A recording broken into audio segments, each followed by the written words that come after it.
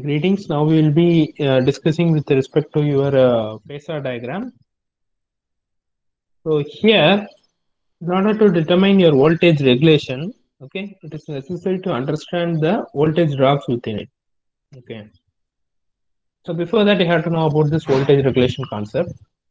So the voltage regulation is what you can say is defined as the no load voltage minus full load voltage by your no load voltage.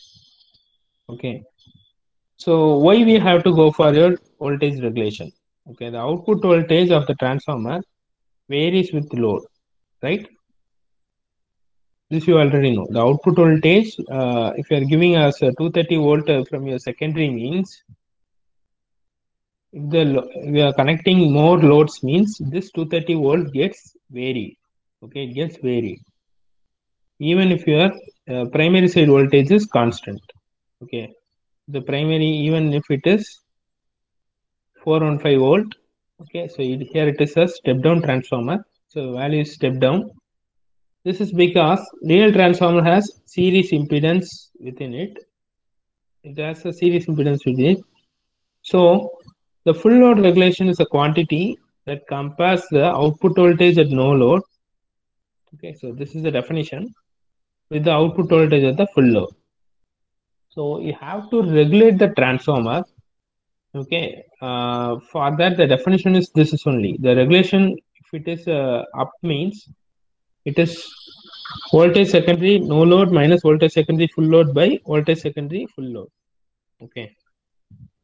So at the same time, if the regulation has to be brought down means here at the denominator you have to replace from your full load to your no load.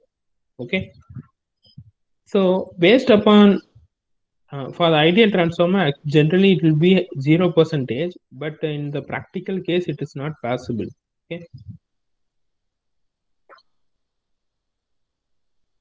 So now we will be defining the voltage phasor diagram based upon the voltage regulation. Okay. So from this they will be asking problems. Okay, you just see through it, and this is a phasor diagram. Sorry, this is an equivalent circuit. This is an equivalent circuit. Okay, now they are converted this into your primary. It is a primary equivalent. So from your secondary, they have converted it with reference to your primary. Okay, here you can see this formula we have already seen. So now you have to ignore the excitation of the branch. Okay, more consideration is given to the R equivalent and RJ equivalent. Why in the sense means the voltage regulation mainly depend upon this series impedance. I have already said about series impedance. So this is the series impedance. The impedance is nothing but Z equivalent. So it is equal to R equivalent plus your JX equivalent. Okay. And moving on. So the voltage regulation depends on the magnitude of series impedance and the phase angle of the current flowing through the transformer. So this is a very important thing. Phase angle of the current. So whenever the phase angle comes into the play, what happens is that you have to consider your load. Consider your load. So based upon your load only, you can say that how much angle the current gets displaced by your voltage. Okay. Phasor diagrams will determine the effects of factors on voltage regulation. So why we are going for the phasor diagram representation here they are given. So this consists of current and voltage vectors. So this you already know. Assume that the reference phasor is secondary voltage Vs. So we are first considering your reference. So the reference part you are taking is your secondary voltage Vs. Okay, therefore the reference phasor will have 0 degrees in terms of angle. So based on the equivalent circuit, you have to apply your Kirchhoff's law. So you have to apply KVL over here.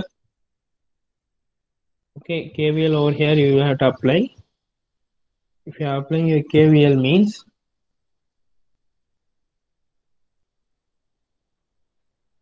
Vp by K. So this voltage drop. So here, here it's a voltage rise. So this is an voltage rise. That is your input voltage. What you are giving.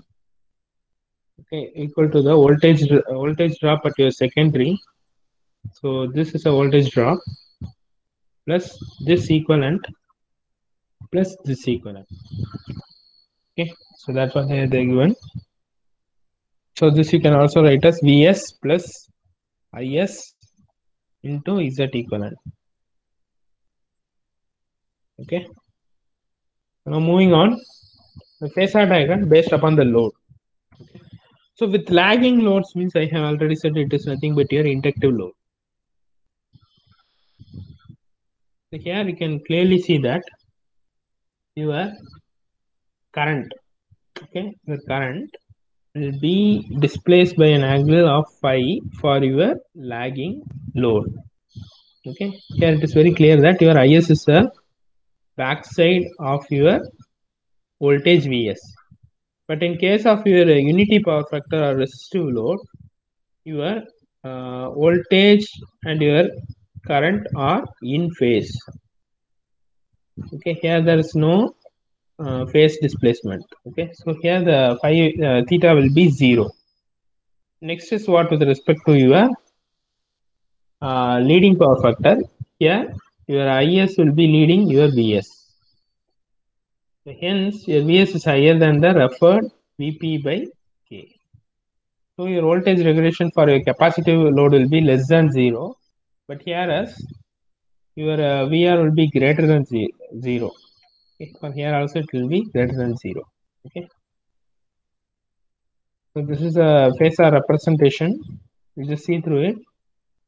So with respect to your phasor, your voltage regulation they have given. Okay. Next is your transformer efficiency. So efficiency you already know it is nothing but your output by your input power. Output power by your input power. So your input power will be having losses. Okay. So